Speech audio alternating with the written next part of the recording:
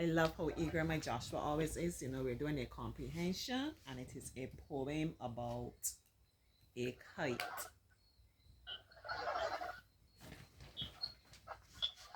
As soon as you are ready, you can go ahead and start reading for me, Joshua.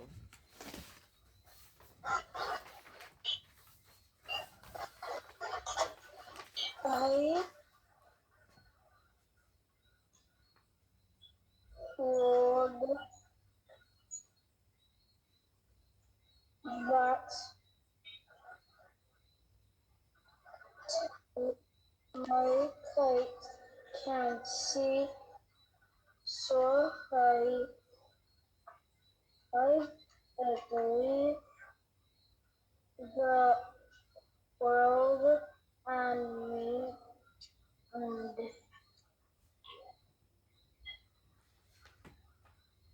if the birds are friendly friends to him, as when things that Jack and Jim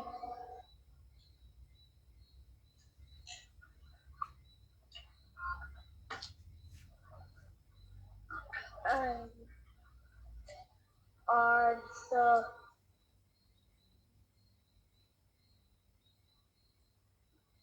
long just really red that malt and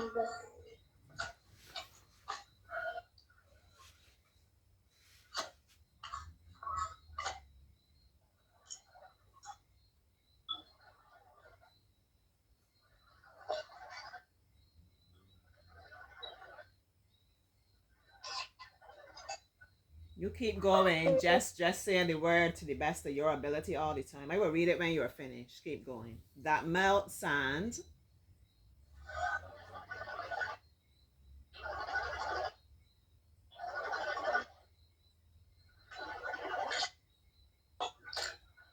all done again. Mm-hmm. Or he must not a thousand things Mm-hmm. much as schoolmates and things, but will he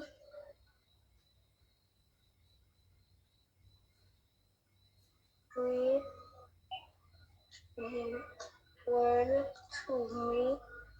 No, his as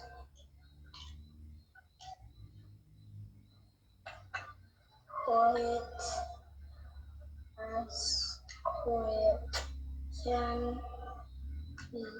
Excellent, everybody. I want to hear everybody clapping for my Joshua. See all the different people listen. And he has people that chats with her from all over the world, you know. Yep. I want to hear Germany. I want to hear Jamaica. I want to hear Trinidad. I want to hear Suriname. Can't call all. Yeah. From all over. I want to hear out in the Pacific. All the different corners of this earth. I kid you not. Joshua's reading has improved so much. And I said it already. Will say it again. Not everybody will get it.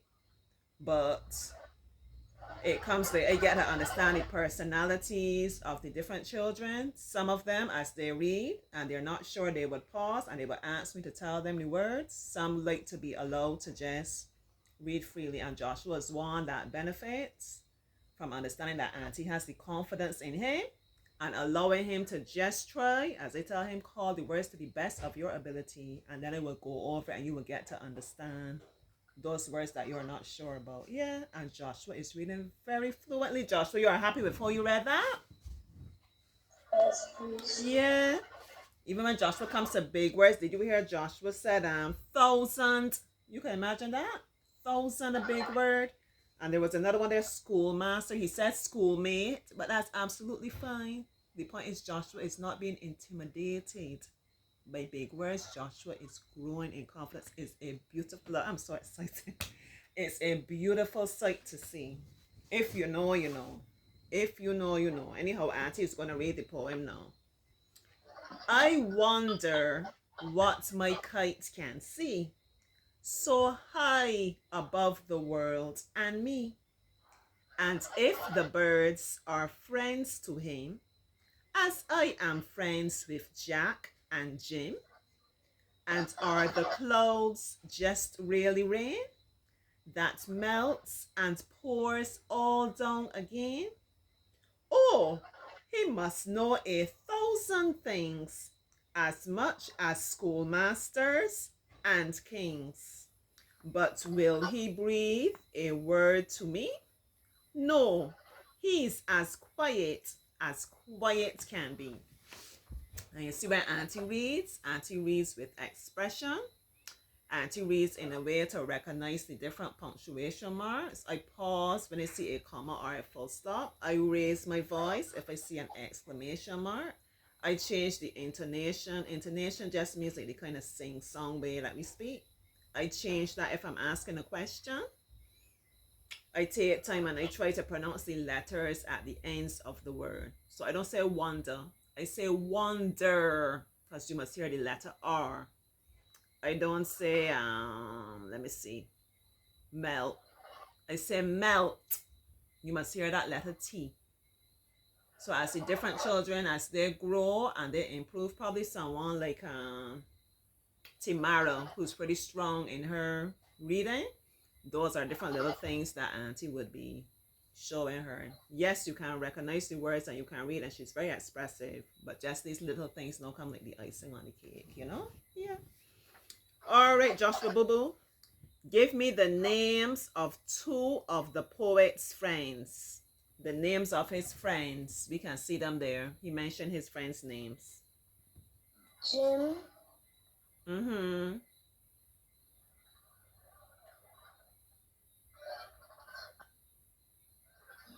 Jim is one. You see the other name?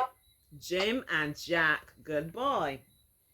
So we know because we are just doing this verbally, he will just give me the name. But when you're actually in class and writing the answers, you will be giving teacher a complete sentence. The names of the poet's friends are Jack and Jim or Jim and Jack. It doesn't matter in what order. According to the poem, who are knowledgeable persons? You know what knowledgeable means, Joshua? intelligent, Knowledgeable means you know a lot. Intelligent, good boy. Yeah. So, who are knowledgeable persons? We will look in the poem and see.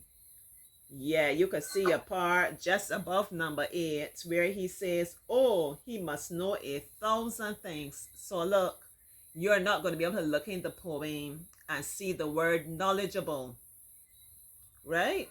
So this word is important also to improve your vocabulary. So you know what the word knowledgeable means. It means somebody with a lot of knowledge. As Joshua says, someone that's intelligent. You know a lot. So when we look in the poem now, we see, oh, he must know 1,000 things. Okay, this is where the poet is talking about someone being knowledgeable. So we will look either above or we will look below because we know if this part of the poem is talking about knowing so many things, the part that's going to tell me, like the examples he gave, has to be near. And then the next line we see, as much as schoolmasters and kings. So these are the knowledgeable persons he's referring to. Question 3. Name 3 things mentioned in the poem that the poet wants to know from the kite.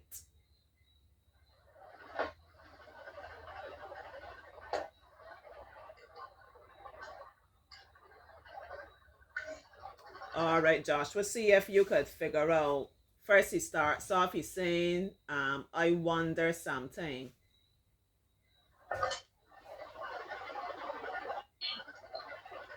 I wonder what my kite can see. Excellent. So that's number one. The first thing he wants to know, what can his kite see? Okay? All right, keep going. So high above the world and me. Mm-hmm. And if the birds are friends to him, and as I'm friends with Jack and Jim. Good boy. So you see that he says and. So the fact that he uses that word and, was that telling us that he's about to mention another thing that he's wondering? He starts off, I wonder what my kite can see so high above the world. I mean, that was number one. He wants to know what his kite can see. And then he goes on, and. So as soon as I hear the word and, this is telling me I'm about to hear the second thing, something else that he's wondering. If the birds are friends to him, are the birds friends to the kite? Okay? All right, go on, Joshua. And are the clothes just ready to rain? What must pour on down again? Very good. So that is the third thing. Once again, we saw that word and. Are the clouds just really rain that melts and pours all down again? So what you think that he would be asking the kite about the clouds, Joshua? Why you think that the poet would think that the kite knows about the clouds?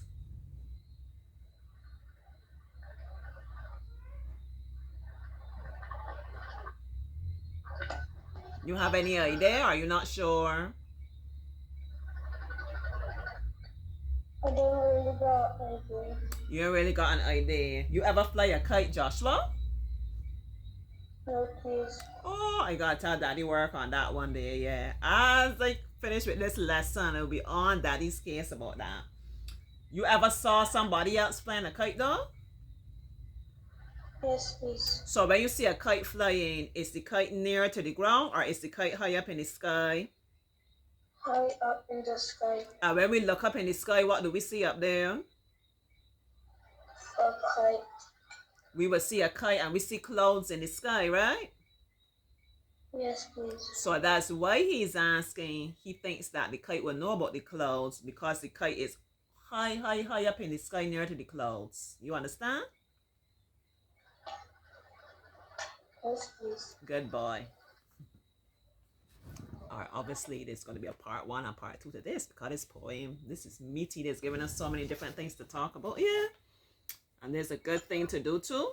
I'm talking to like mommy and daddy now. Sometimes you say, no, it doesn't even have to be an actual comprehension passage.